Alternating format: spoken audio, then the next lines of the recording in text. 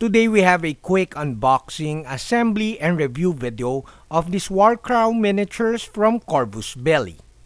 I was really surprised and honored, of course, when Corvus Belli reached out to me and asked me if I want to review one of their miniatures.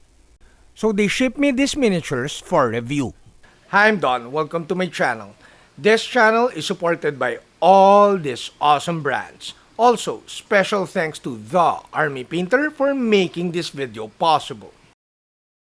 Corvus Belli is known for their Infinity line of miniatures. I think those are pewter or metal miniatures, and those are kinda intimidating to paint because they have really good painters, and the NMM, non-metallic metal, painting of Infinity miniatures are insanely good.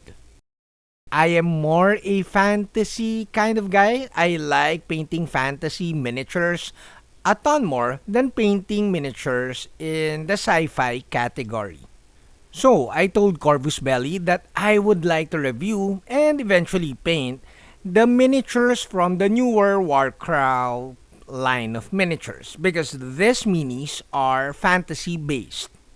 Needless to say, I'll be painting one of the miniatures here via our chop-on-chop miniature painting technique and try to match like the quality of the painting in the box art. Honestly, I think I'm not good enough to paint like at the same level as the painters who do painting for Corvus Belli. But we will try. Now let's go back to the video. The black plastic bases are as good or as thick as GW bases. Now what really surprised me about this package is that the box is really small, and usually the boxes this size would only contain one miniature, although usually those miniatures will have sprues or trees, thus it can only contain one miniature.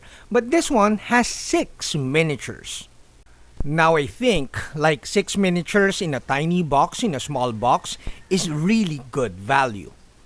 I think it's kinda smart to remove the sprues of the model so that they could fit 6 miniatures in a tiny box. And besides, we don't really need those extra sprues unless you want to create terrain out of extra sprues. However, and this is a big however, I think it's my first time to work on this kind of material, the material used by Corvus Belli. I'm used to plastic miniatures and models. I've worked with metal or pewter miniatures. I'm also used to resin casted miniatures and of course, resin 3D printed miniatures. But this one is different. The material used here is kinda different. So Corvus Belli used like Cyocast for these miniatures, not metal like their Infinity line, not pewter, not resin cast, but Cyocast. So it's different, but it's pretty good. Now, this is a shameless plug, but you may want to check out our second Kickstarter. The link is down below. Now, obviously, I'm having a hard time explaining like the feel, the quality of the material of the miniatures, the material used on these miniatures.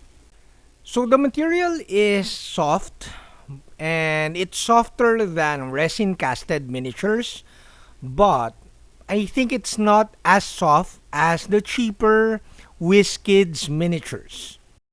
Unlike plastic miniatures, which are way more brittle, you can't really scrape off the mold lines and like clean up the details of this miniature with a sharp art knife. You need to like similar to resin casted miniatures, you need to not scrape it off. You need to like shave off thin layers of the material because again, they're soft. Now, what's really weird about this material is that you can see that it has fairly nice, sharp details, which is weird because usually softer materials will tend to like melt or like it looks like the details are melting or soft and rounded. With this one, the details are sharp, crisp, and yet the material is really soft. Now we finished the basing of these miniatures and these minis are ready for priming and painting. However, we'll do the painting in a different video. Now if you're finding value in this video, do give this video a thumbs up and consider subscribing to my channel. Now before my final thoughts, a huge thanks to all of my patrons at Patreon, Hajime Model Studio, and of course the Army Painter for making this video possible.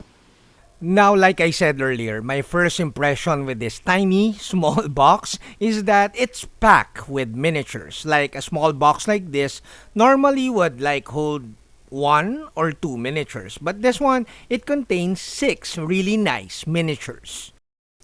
Now, the miniatures, like I said, is kind of weird because the material of the minis are soft and very, very flexible. And usually materials as soft as this doesn't hold or doesn't have really nice sharp details. But you could see in the video that these miniatures are very sharp. The details are nice and sharp.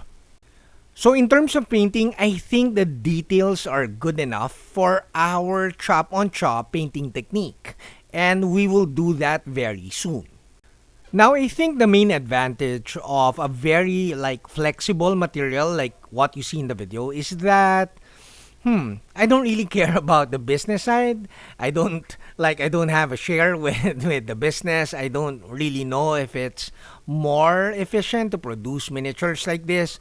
But the main advantage, I think, is on our side. Like, if these miniatures fall on the table, you won't break any pieces because they're very flexible. But it's important to note that you cannot use lacquer type primers on these miniatures because they're very flexible. And lacquer type paints can cure into a very brittle finish. So you will see cracking as the paint cures. Now you may ask, who primes with lacquers? Basically, spray can primers are acrylic lacquers, so be careful with those. With this, of using those on these miniatures. Make sure that you use really water-based acrylics for the painting of these very flexible miniatures. Now, I like to hear your thoughts regarding flexible materials like this one. Also, do you like the level of detail you see in the video? Lastly, which of the 6 miniatures would you like me to paint first? That's it, Pansit. I hope you like this video. Do like, comment, subscribe, and all that stuff. Until next video, guys. Bye! Now, if you like this video, do check out these other videos.